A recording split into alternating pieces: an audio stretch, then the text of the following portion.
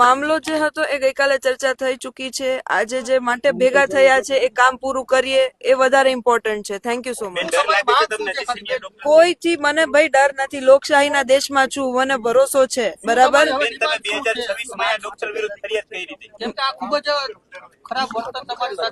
Excuse me,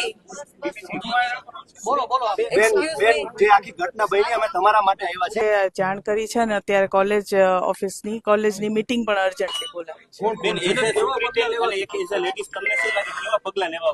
આમાં strong પગલા જ લેવામાં આવશે એની હું તમને ખાતરી આપું છું.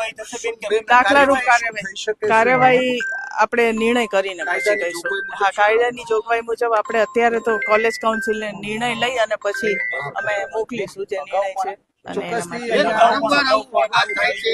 આ રીતના ઇન્સિડન્ટ ન થાય એના માટે જ આ મીટિંગ બોલાવી છે અને હવેથી ન થાય એવી રીતના જ પગલા લેવામાં આવશે. ડોક્ટર છે તે ડ્રિંક કરેલા હતા, કારણ કે એનું વર્તન જોતા એવું લાગે છે. ના, એનો કોઈ પ્રૂફ નથી અત્યારે મારી પાસે, એટલે એ વિશે હું કઈ કમેન્ટ નહીં કરી શકું. અગાઉ પણ આ ડોક્ટર વિરુદ્ધ ફરિયાદ આપને મળેલી છે, છતાં પણ કાર્યવાહી નહીં થઈ. કાર્યવાહી કરેલી છે.